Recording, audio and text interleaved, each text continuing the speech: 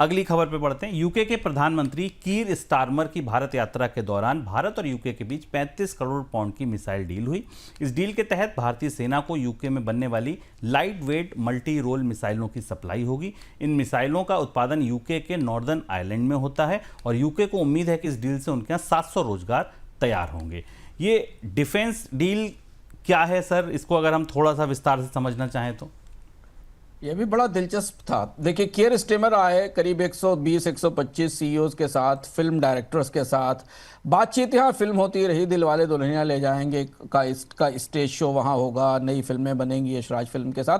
पर पीछे ये एक बड़ी डील हुई और ये बड़ी डील भारत की डिफेंस रिश्तों के संदर्भ में यूरोप और एशिया के पावर बैलेंस की दृष्टि से और भारत के लिए नए सप्लायर की दृष्टि से बेहद महत्वपूर्ण, इसे समझना जरूरी है। करीब करीब 350 मिलियन पाउंड की है, $468 मिलियन की ये मिसाइल डील है और इसमें भारत पहली बार इतनी बड़ी खरीद कर रहा है डिफेंस में यूके से। Light weight multi role missiles हैं जिनको रॉकेट लॉन्चर से और वाहनों से लॉन्च किया जा सकता है। यूक्रेन इनका इस्तेमाल रूस के खिलाफ युद्ध में कर रहा है, यानी ये बैटल टेस्टेड वेपन जिनको कहा जाता है डिफेंस की भाषा में, बैटल टेस्टेड वेपन है।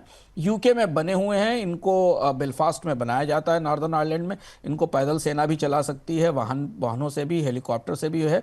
निचले स्तर पर उड़ने वाले विमान ड्रोन्स के अगेंस्ट ये असरदार हैं। 6 किलोमीटर तक का रेंज है, करीब करीब 1.5 माच की स्पीड है और सेम यही वेरिएंट जो यूक्रेन को दिया गया है वो भारत को मिलने वाला है।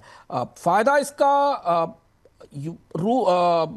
कियर स्टेमर को सबसे बड़ा फायदा यह है कि वो बुरी तरह से बेरोजगारी से, मंदी से यूके की अर्थव्यवस्था में जूझ रहे हैं, तो वो नई सौदे करने की कोशिश कर रहे हैं और उन्होंने भारत को अंततः अपना डिफेंस पार्टनर बना ही लिया है। इस समझौते में कुछ और भी चीजें शामिल हैं, जिसमें कि भारत के नेवी शिप्स के लिए इंजन बनाने की, इलेक्ट्रिक प्रोपल्शन इंजन बनाने की एक करीब परियोजना भी शामिल है जो करीब 250 मिलियन पाउंड की है।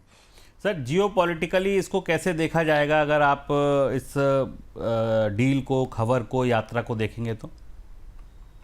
भारत ने कई निशाने, कई संकेत देने की कोशिश की है। भारत के जो डिफेंस सप्लायर्स हैं उन सप्लायर्स में रशिया सबसे पुराना सप्लायर था, जिससे रिश्ते, चूंकि रशिया की आर्थिक स्थिति खराब है युद्ध के कारण, तो सीमित इक्विपमेंट्स की क्षमता है, सीमित डिफेंस हथियारों की देने की क्षमता है। दूसरा बड़ा सप्लायर इजराइल है और उसके बाद अमेरिका है। भारत ने एक नए सप्लायर को इसमें जोड़ा है, यूरोप में है। तो इससे एक तो अब तकनीकी तौर पर तो माना है कि हवाई रक्षा मजबूत होगी, लेकिन रूस, इजराइल और फ्रांस के बाद अब ब्रिटेन नया सप्लायर हो गया है भारत के लिए और भारत को ये इस मिसाइल से अपनी सुरक्षा व्यवस्था को मजबूत करने में मदद मिलेगी और यूरोपीय राजनीति के भीतर, यूरोप के भीतर जो डिफेंस का नया स्ट्रक्चर है उसमें भारत का प्रवेश बढ़ेगा। तो ये सरप्राइज डील थी, इसकी चर्चा नहीं थी। ब्रिटेन के साथ बातचीट तो चल रही थी, लेकिन कियर स्टेमर की बैठक के आने के बाद मुंबई में यह डील हुई, जिस डील ने पूरी दुनिया में डिफेंस के विशेषज्ञों को और डिफेंस सप्लायर्स को सोचने पर